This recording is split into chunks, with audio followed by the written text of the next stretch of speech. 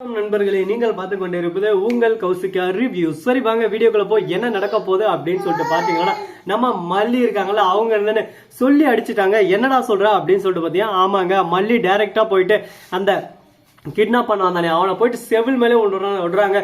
யார கிட்னாப் பண்ணதுக்குற தம்பி, நீ ஃபர்ஸ்ட் இந்த பக்கம் வரணும்னா என்னோட அனுமதிக்கணும், என்னோட பர்மிஷன் இருக்கணும். நான் இல்லாத ஏரியாவுக்கு நீ வரன்ற மாதிரியும் உனக்கு எவ்வளவு தில் இருக்கணும். அவனை பொழந்து கட்டுருவேன் அப்படி இப்படின்னு சொல்லிட்டு டைலாக் கூட ஆரம்பிக்கிறாங்க.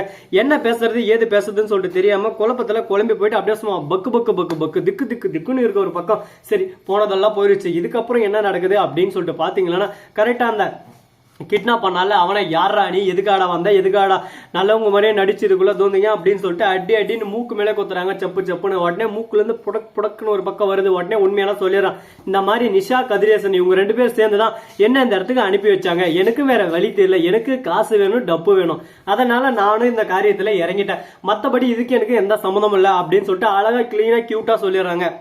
இதுக்கப்புறம் பேசுறதுக்கு என்ன இருக்கு சொல்லுங்க பார்க்கலாம். பேச்சே இல்ல, ஒரே வீச்சு தான் அப்படின்ற மாதிரி ஒரு பக்கம் போயின்னு இருக்கு.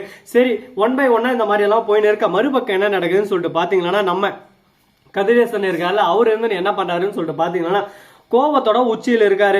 என்னடா நம்ம யார அனுப்பினாலும் சரி, என்ன பிளான் பண்ணாலும் சரி, தவிடுபுடி ஆக்கிடுறான் அந்த மல்லி. இந்த விஜய் பையங்கடா அவ்வளோ ஒத்து இல்லை, ஆனா அந்த மல்லி ஏன் இந்த மாதிரி பண்றா, இப்படியெல்லாம் நம்ம பிளானை எக்ஸிக்யூட் பண்றதால ஒரேடியா கண்டுபிடிச்சிடறா. இவளை என்னதான் பண்ணலாம், ஃபர்ஸ்ட் இவ்வளோ போட்டு தள்ளணும்டா, இவளை போட்டு தள்ளனா மட்டும்தான் நம்ம வழி குறுக்குல யாருமே வர மாட்டாங்க. அப்படியே சும்மா அடிச்சு தூள் கழிப்பிட்டு போயிட்டே இருக்கலாம். இல்லைன்னா நம்ம வாழ்க்கை போறா அப்படியே சும்மா இங்கேயே டொக்கு வச்சுன்னு இந்த இடத்துல தான் இருந்துடணும் அப்படின்னு சொல்லிட்டு ஃபீல் பண்றாரு. தலைவா ஃபீல் பண்ண தலைவா, உனக்கும் ஒரு நேரம் வரும், அந்த நேரம் நீ இறங்கி அடிக்கலாம். ஆனா நீ நல்லத்துக்காக போறன்னா கண்டிப்பா உன் வாழ்க்கையில நீ எப்பவுமே பெஸ்ட் இதா இருக்கலாம். ஆனா நீ என்னைக்கு வரையும் கெட்டதுக்கு போறாரு, அதுக்கு வரையும் உன் வாழ்க்கை ஒரே ஒஸ்டா நாசமா தான் போவோம். அதுக்கு நானே கண்டிப்பா உதாரணம் சொல்லலாம். சரி இந்த மாதிரி அந்த மாதிரி ஒரு பக்கம் பிட்டு பிட்டா பிரச்சனை எல்லாம் போயின்னு இருக்கு. அதே சமயத்துல மறுபக்கம் நம்ம விஜய் இருக்காருல்ல, அவரு சும்மா இருப்பாரா, அவரோட பங்குக்கு ஒரு போலீஸ வர வைக்கிறாங்க. போலீஸ் அவரோட க்ளோஸ் ஃப்ரெண்டு விக்ரம் தான் வராரு. விக்ரம் அடடா அவர் வந்தா கேஸ் அப்படியே சும்மா சுவாரஸ்யமா கொண்டு போவாரு, அப்படியே சும்மா அசால்ட்டா கிளீன் போல்ட் ஆகிடுவாரு அப்படின்னு சொல்லிட்டு. ஆமாங்க, அவரோட பேச்சும் சரி வீச்சும் சரி எல்லாமே ஒரு பக்கம் கிளீனா இருக்கும். அதனால அவர்கிட்ட யாராலையும் தப்பிக்க முடியாது. வந்த உடனே அவன் யாரு என்ன லொட்டு லூசுக்கு இவன் இந்த மாதிரி தான் நிறைய தவளை போயிட்டு நிறைய மர்டர் எல்லாம் பண்ணியிருக்கான். எப்படியோ உங்களோட பெஸ்ட்ல தப்பிச்சிடுங்க அப்படின்னு சொல்லிட்டு சொல்றாங்க. அடடா நாங்கெல்லாம் யாரு, நாங்கெல்லாம் அப்போவே அப்படி, அதனால நாங்க எந்த பிரச்சனையும் அவ்வளவு சீக்கிரம் மாட்ட மாட்டாங்க சார், எல்லாத்தையும் சும்மா அசால்ட்டா இருந்த மாதிரி அசால்ட்டா சமாளிச்சுட்டு போயினே இருந்துருவோம் அப்படின்னு சொல்லிட்டு பெருமையா சொல்லிருக்காங்க. எருமைக்கு என்னடா பெருமை அப்படின்ற மாதிரிதான் ஒரு பக்கம் போயின்னு இருக்கு.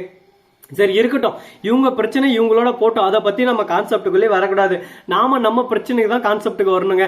சரி இதுக்கப்புறம் என்ன நடக்க போகுது, ஏது நடக்க போகுது, எப்படி கொண்டு போக போறாங்க அப்படின்னு சொல்லிட்டு பாத்தீங்கன்னா, விக்ரம் இருக்காருல, அவரை பிடிச்சுன்னு போய் அரெஸ்ட் பண்ணி ஜெயில போட்டுறாங்க. அவங்க கிட்ட வாக்குமூலம் வாங்குற போது நம்ம நிஷா கதிரேசன் அவங்கள பத்தி நல்லா கிளீனா அழகா தெளிவா சொல்லிடுறாங்க. என்னென்ன பண்ணாங்க, ஏது பண்ணாங்க, எவ்வளவு காசு கொடுத்தாங்கன்னு சொல்லிட்டு. அவங்கள வர வச்சு விசாரிச்சா நாங்க காசு கொடுத்ததுக்கு என்ன எவிடன்ஸ் இருக்கு, நாங்க தான் பண்ணோன்னு அவங்கள திரும்ப அவங்க நீங்களே கூட அடிச்சு சொல்ல வச்சிருக்கலாம் எங்க வேலைக்கிற 320 இதை எப்படி நாங்க ஏத்துக்க முடியும் அப்படின்னு சொல்லிட்டு சொல்ல. உடனே அவங்ககிட்ட கேட்டா அவங்ககிட்ட எந்த ஒரு எவிடன்ஸும் இல்லை. நீங்க தானே சார் மிரட்டி சொல்ல சொன்னீங்க, நீங்க தானே சார் சொல்ல சொன்னீங்க அப்படின்னு சொல்லிட்டு மாத்தி மாத்தி பேசுறாங்க. என்னடா பண்றது ஏதுடா பண்றது, திரும்ப திரும்ப திரும்ப திரும்ப எங்க மேலேயே பழிய போட்டுருந்தா நாங்க என்னதான் பண்றது, வாழ்க்கையில நாங்க சந்தோஷமா இருக்கக்கூடாதா, என் பேத்தி கூட சந்தோஷமா இருக்கலாம், என் பேத்தி என் மகதான் என்ன விட்டு போயிட்டா, என் பேத்தியாவது இருப்பான்னு சொல்லிட்டு அதுக்காக நான் கோர்ட்டா ஏறி இறங்காத, கோர்ட்டு இல்ல ஏறி இறங்காத போலீஸ் ஸ்டேஷன் இல்ல, ஆனா என் பேத்தி என்கிட்ட இருந்து சதி திட்டங்கள் தீட்டி ஒரே அடியா அவங்களே வச்சுக்கினாங்க. இந்த அளவுக்கு கஷ்டத்துல இருக்கிற என்ன திரும்ப திரும்ப திரும்ப திரும்ப நீங்க கஷ்டப்படுத்துறீங்க அப்படின்னு சொல்லிட்டு நல்ல மாதிரியே பர்ஃபார்மன்ஸ் பண்றான். ஏப்பா எல்லாமே ஒரு லிமிட் தான்ப்பா, லிமிட்டுக்கு மேல நீ எப்படிப்பா பர்ஃபார்மன்ஸ் பண்ணலாம் அப்படின்ற மாதிரி தான் ஒரு பக்கம் இருக்கு. நம்ம கதிரேசன் எனக்கெல்லாம் எல்லையே இல்லை, எங்க வேணாலும் எப்படி வேணாலும் நான் பர்ஃபார்மன்ஸ் பண்ணுவேன், எனக்கு இந்த குடும்பம் அழியணும், எனக்கு என் வெண்பா என் பேத்தி என் கூட இருக்கணும், அப்பதான் எனக்கு தங்கமலையா கொட்டும் அப்படின்னு சொல்லிட்டு ஒரு பேராசையில இருக்காரு.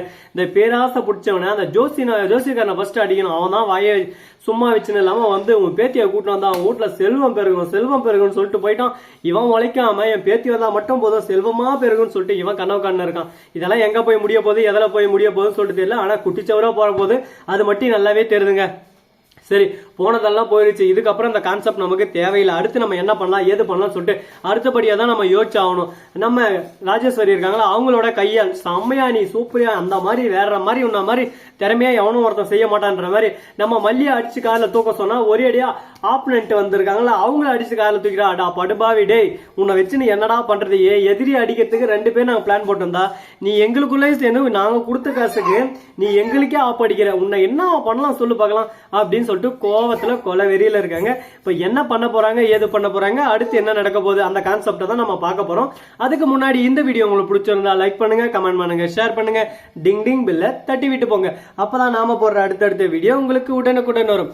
மிக்க நன்றி. தேங்க்ஸ் ஃபார் வாட்சிங். Tata, see you. நன்றி, வணக்கம், வந்தனம், வருக தருக.